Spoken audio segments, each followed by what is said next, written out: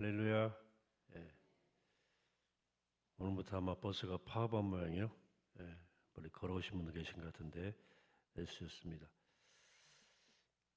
예수님 유월절이 다 되었을 때 제자들에게 앞으로 이루어질 일에 대해서 말씀을 하셨습니다. 오늘 2절의 말씀입니다. 너희가 아는 바와 같이 이틀이 지나면 유월절이라 인자가 십자가에 못 박히기 위하여 팔리리라 하시더라 그랬어요. 제자들은 이번 유월절에 아주 큰 기대를 가지고 있었습니다. 왜냐하면 유월절이 지나면 거의 100만, 유월절이 되면 거의 100만 명이 되는 유대인들이 예루살렘에 제사드리러 모이게 되는데 지금 예수님 인기가 보통이 아니었거든요. 예, 됐습니다. 가져오지 마세요. 됐어요. 늦었어요. 예. 아마 제자들은 예수님은 가만히 계셔도 자기들 가만히 있지 않을 생각이었어요. 즉 유대인들에게 예수님은 크게 예수님을 선전해서 예수님을 왕으로 옹립할 생각까지 가지고 있었던 거죠. 그리고 예수님이 예루살렘에 들어오실 때 아니나 다를까 사람들이 호산나 다윗의 자손이여 소리치면서 예수님 인기가 폭발하고 있었어요. 예수님은 바로 이틀 뒤에 무슨 일이 일어날지에 대해서 정확하게 제자들에게 말씀하신 겁니다. 즉 이틀 뒤면 유월절인데 그때 나는 십자가에 못 박히기 위해서 배신당하고 팔려 나갈 것이다. 말씀했어요. 자신의 미래를 정확히 꿰뚫어 보셨습니다. 어쩌면 역사의 주인 되신 예수님께서 자신의 미래에 꿰뚫어 보는 것 당연한 일이겠죠. 실제로 유대 지도자들 사이에는 예수님을 죽이려는 논의가 진행되고 있었습니다. 그러나 유대인 지도자들은 혹시 예수 함부로 죽였다가 예루살렘에 집결한 온 유대인들이 밀란 일으킬까 걱정돼서 유월절에는 죽이지 않기로 결정했죠. 그러나 이 모든 것들이 계획대로 되지는 않았어요. 3절입니다. 그때 대제사장들과 백성의 장로들이 가야바를 하는 대제사장의 관정에 모여 예수를 흉계로 잡아 죽이려고 의논하되 말하기를 밀날이 날까 하노니 명제는 하지 말자 하더라. 어쨌든 그들은 예수님을 죽이려고 모임까지 갔는데 마음에 걸렸어요. 유대인들이 명절에요. 예루살렘에 막 몰려오기 때문에 아무래도 시끄러울 것 같아요. 그래서 이번 유월절에는 죽이지 말자. 그냥 넘어가기로 결정을 한 거예요. 이상스럽게도 그들의 계획대로 되지 않고 예수님 말씀대로 예수님이 돌아가시는 거예요. 예수님의 제자 가운데 가룟 유다가 예수를 배신하겠다고 찾아가면서 대제사장의 마음이 확 뒤집어진 거예요. 유다 때문에. 이것이 바로 하나님의 계획인 줄 그들은 알지 못했죠.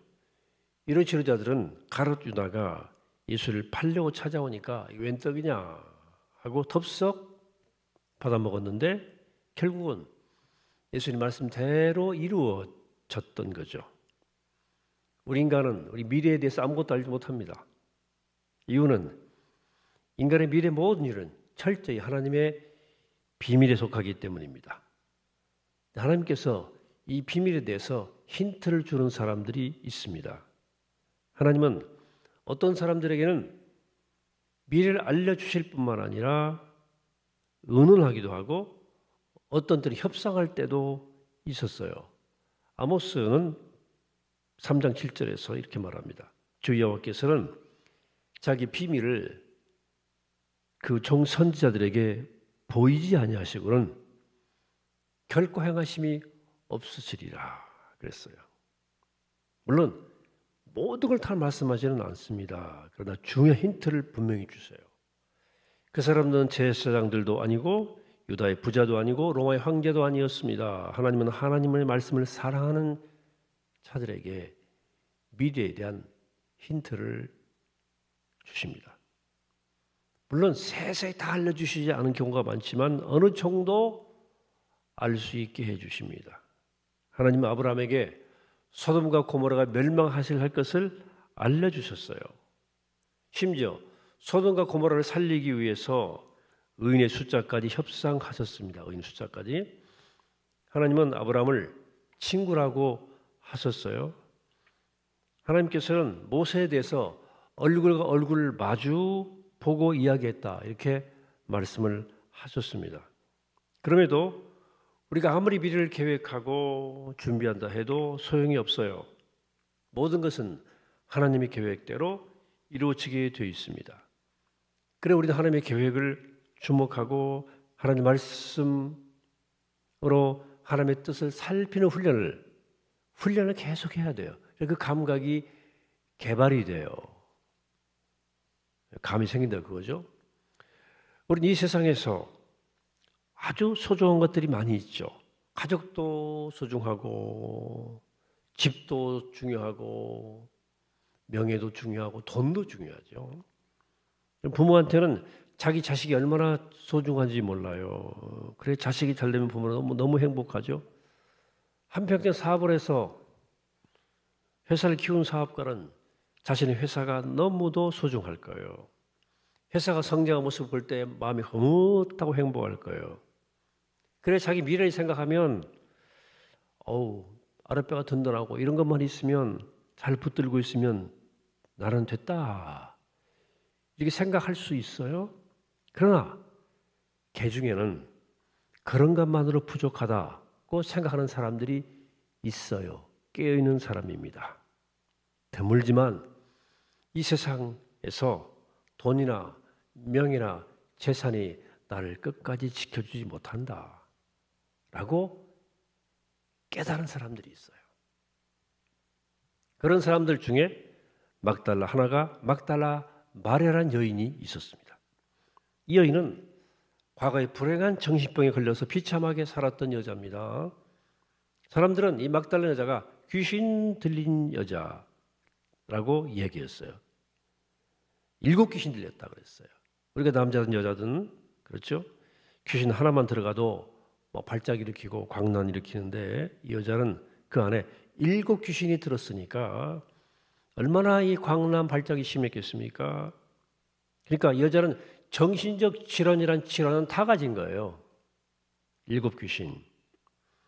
여자의 정신병은 어떤 것으로도 고칠 수 없었습니다. 돈으로도 안 되고 의술로도 안 되고 부모의 사랑으로도 안 되고 무당 구태봐도 안 되고 방법이 없는 거예요. 놀라운 것은 이 여자가 예수님 만나고 그분의 말씀을 들었을 때 예수님이 그 여인에게 안수기도 해주셨을 때 7 귀신이 떠나갔어요. 깨끗하고 온전한 새 사람이 됐습니다. 불면증도 없어졌고 머리를 깰 것 같은 두통도 사라졌고 발작도 없어지고 강박증이나 환청이나 모든 정신병이 깨끗하게 나았어요. 정말 정상적인 삶을 산다는 게 이렇게 행복한 줄, 그렇게 좋을 수가 없었던 거예요. 이 여자 예수님 만나고 새 인생이 찾아왔던 것입니다. 이 여자에게 돈이 좀 있었던 것 같아요. 비싼 물건 하나를 사놓은 게 있었습니다. 이게 바로 비싼 향유였어요. 이 향유는 인도에서 오는 상인들이 한 번씩 돈 있는 집에 찾아가서 미래를 대비해서 이거 하나 사놓으세요 하고 파는 소위 골드바 같은 거예요. 요즘에 말하면 혹시 골드바 있는 분 계십니까?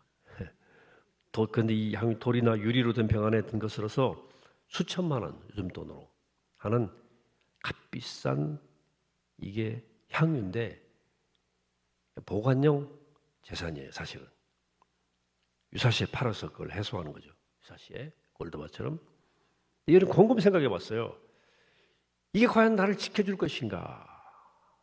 이것으로 내 미래가 보장될 것인가? 분명 사실 하나는 자기는 예수님 말씀을 듣고 무려 7 귀신이 떠나간 지금 아름다운 정상인의 삶을 살고 있다는 거죠. 그래 막달라 마리아가 생각해 본 거예요. 지금 내가 이렇게 변했고 행복하게 살고 있다면 내 미래도 예수님 저분께 맡게 되는 것 아니냐. 사람이 돈이 많으면 노후 보장도 되고 미래도 보장된다고 하지만 자신 안에 7 귀신을 다 쫓아내 주시고 오늘의 이 아름다운 삶을 주님이 주셨다면 내 미래도 주님께 맡게 되는 것 아니냐. 주님 손에 달린 거 아니냐 하는 생각을 하게 된 거예요. 마리아는 예수님이 자기 동네 옛날 그 동네 그 나병 환자 환센시비형 환자였던 시몬의 집에서 식사하신 것을 알게 되었어요. 그래서 그 깊숙한 농에 있던 그 비싼 향유병을 들고 예수님 식사할 곳으로 찾아갔어요. 그리고 예수님 머리에 그걸 다 부어버렸습니다. 오늘 6절이에요. 예수께서 베다니 나병 환자 시몬의 집에 계실 때에 한 여자가 매우 귀한 향유 한 옥합을 가지고 나와서 식사하시는 예수의 머리에 부으니 마리아에게는 더 이상 미래를 생각할 필요가 없었어요. 예수님이 자신의 삶을 이렇게 아름답게 변화시켜 주셨는데 무슨 미래를 걱정하겠습니까? 오늘 이렇게 확 뒤집어졌는데 우리 모두 예수 믿고 난 후에 인생이 완전히 변했습니다. 완전히 변했어야 돼요. 근데 그럼에도 불구하고 우리 미래에 대해서 무엇을 먹을까, 무엇을 입을까, 무엇을 마실까 계속 염려하며 살아갑니다. 우린 영적인 공인들이거든요. 이제 거듭났으니까. 여러분들 국회의원 되거나 이번에 선거가 있죠? 하고 유명 인사 무슨 뭐 베스트셀러 작가가 된다 뭐 이러면 공인된 거죠. 공인. 이제 만약 공인된 사람이 사사로운 이익을 계속 쫓아 살면 공인에 어울리지 않은 추한 짓 하고 더러운 짓 하게 돼 있어요. 지상이 막 신문지상에 오르내리는 일이 생기는 거죠. 공인이. 우리 예수 믿는 사람들은 사적 인간이기도 하지만 또 다른 한편으로 영적 공인들입니다. 우리는 하늘에서 이제 이 땅에 파송된 사람으로 살아가는 거예요. 예수님은 육체 덩어리인 우리를 이 땅을 살아가는 하나님 나라의 대사로 만들어 주셨어요. 우리는 하나님의 아들이요, 하나님의 존귀한 딸이에요. 그래 감사한 거죠. 감사한 거죠. 마리아는 자기를 너무 귀하게 만들어 주신 예수님이 너무나 귀했어요. 예수님이 이 세상에 와주셔서 감사했고 자기 같은 미친 여자에게 관심을 가져주셔서 감사했고 자기를 고쳐주신 것에 대해서 너무너무 감사했어요. 그래서 막달라 마리아에게는 그거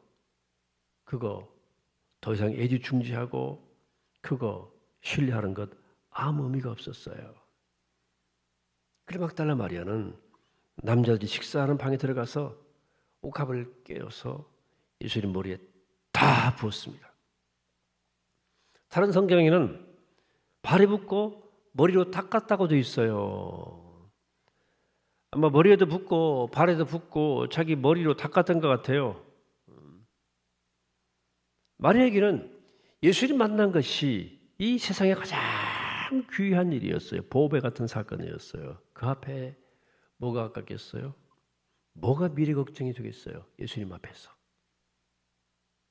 주님으로 인해서 지금 이렇게 내 인생이 아름답고 꽃피었는데 미래는 말할 것도 없어요.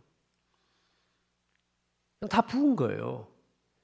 예수님의 제자들은 막달라 마리아가 방에 들어와서 예수님께 붓는 그 향유를 또 병을 보니까 냄새를 막 금세하는 거예요. 엄청 비싼 거네. 그래 예수님의 제자들은 마리아에게 화를 낸 거예요. 그것은 여자가 남자 방에 왜 들어왔어? 그래 화를 낸 것도 아니고 예수님을 귀찮게 허락도 없이 예수님한테 기름을 부었기 때문에 화를 낸 것도 아니고 향기를 예수님께 부어 허비했기 때문에 화를 낸 거예요. 8절입니다. 제자들이 보고 분기하여 이르되 무슨 의도로 이걸 허비하느냐?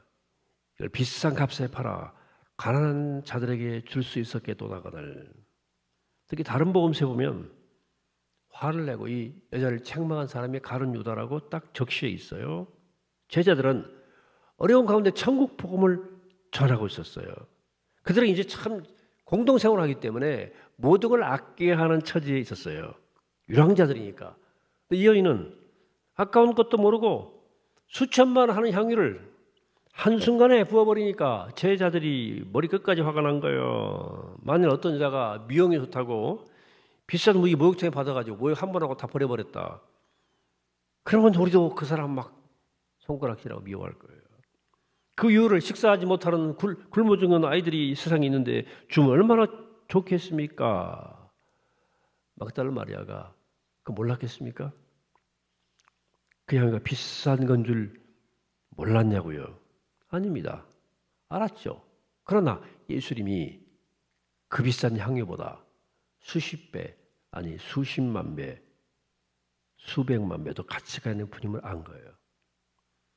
특히 예수님을 십자가에 죽으시는 것은 비싼 향후 수십만 명 깨뜨려도 갚을 수 없는 것임을 미루어 짐작할 수 있는 거죠. 그래서 예수님께서 이 여인을 위로하셨어요. 10절에서 예수께서 아시고 그들에게 이르시되 너희가 어찌하여 이 여자를 괴롭게 하느냐 그가 내게 좋은 일을 하였느니라. 이걸 보면 제자들이 마리아를 괴롭혔던가 으스가는 데 끌고 가가지고 야 이 비싼 향을 예수님에게 한꺼번에 다 부으면 어떡해. 한 방울이나 몰라도 이거 팔아가지고 가난한 사람들 도와줄 생각을 해야지. 제자들은 예수님 육체가 그렇게 귀하다고는 생각하지 않았어요. 그들은 예수님의 가치를 향유만큼은 못하다. 내 향유보다 못하다. 내가 지켜야 할 그것보다 못하다. 이렇게 생각했던 거예요. 그래서 예수님의 죽으심은 그 향후 수억만 병으로도 대신할 수 없는 하나님의 아들의 죽음이었어요. 그래서 이렇게 말합니다. 12절에서 이 여자가 내 몸에 이 향유를 부은 것은 내 장례를 위하여 함이니라. 내가 진실로 너에게 이르노니 온 천하에 어디서든지 이 복음이 전파되는 곳에서는 이 여자가 한 일도 말하여 그를 기억하리라 하시니라. 예수님은 이 장례를 예상하고 있었어요. 죽음의 그림자가 밀려오는 것을 아셨어요. 죽음이 턱밑까지 오신 거예요. 턱밑까지. 그래서 아직 예수님 몸은 살아계시지만 주님 마음 왠지 모를 슬픔과 번민과 고통이 가슴을 옥죄우고 있었습니다. 이 여인이 예수님께 귀한 향후를 딱 깨뜨리는데 예수님이 너무 위로가 되는 거예요.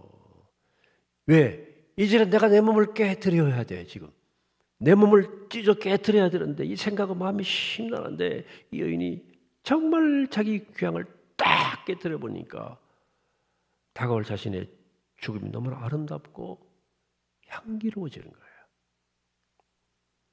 예수님이 향기를 통해서 하나님의 손길을 느낍니다. 아들아, 너의 죽는 거 절대 비참한 건 아니다.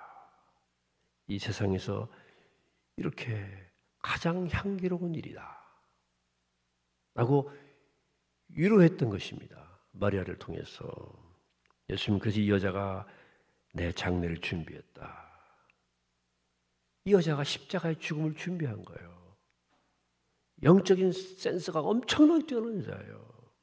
그래서 예수님은 제자들에게 복음이 전파되는 것마다 이 여자가 한 일도 말하여 기억될 것이다.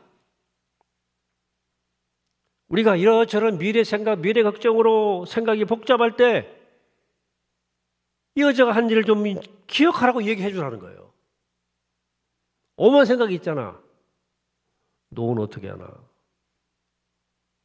여자는 예수님 만나 7 귀신이 떠나고 다 떠나고 아름다운 인생이 됐잖아요. 우린 새로운 인생을 살아가잖아요. 그래서 더 이상 미래는 걱정할 필요가 없었어요. 그녀에게는 예수님이 그녀의 미래였어요. 예수님이 그녀의 전부였습니다. 예수님은 우리도 마찬가지예요. 하나님의 자녀들이잖아요. 하나님의 아들이요 딸이잖아요. 그래서 하나님께서 우리의 미래를 끝까지 책임지시는 거예요. 그러므로 지금 미래를 염려하면서 꼭 붙들고 있는 것이 있다면 내려놓으라. 다 내려놓으라. 그리고 막달라 마리아를 기억하라. 것입니다. 하나님의 딸이요 하나님의 아들, 천국 백성들입니다. 우린 존재하는 것만으로 충분히 행복하고 존재 그 자체로 충분히 아름다운 사람들입니다. 우린 이 아들과 하늘의 능력으로, 아들과 딸의 능력으로 세상과 사람들을 축복하는 사람들이에요. 그러므로 우리 인생에서 그 욕심스러운 탐욕스러운 냄새는 사라지고 막달라 마리아 같은 맑고 향기로운 향기가 넘쳐나는 주의 백성들이 다 되시기를 이 아침에 주의 이름으로 간절히 축원합니다. 기도하시겠습니다. 거룩하신 아버지 하나님, 오늘 예수님 만나 변화되어서 자기 생에 감추었던 향기로운 옥합, 소중한 옥합, 예수님이 더 귀하니 그분 앞에 깨뜨려 다 쏟아부어 주님의 장례를 준비했던 이 여인을 본받아 우리가 그렇게 살게 도와주시고 예수님께서 우리 미래 오늘을 변화시키셨으니 미래를 축복하실 것을 믿고 기약하면서 오늘 주님의 영광을 위해서 힘있게 헌신하고 주와 함께 동행하는 향기로운 삶을 살아가는 우리가 되게 하여 주옵소서. 감사드리옵고 예수님의 이름으로 기도하옵나이다. 아멘.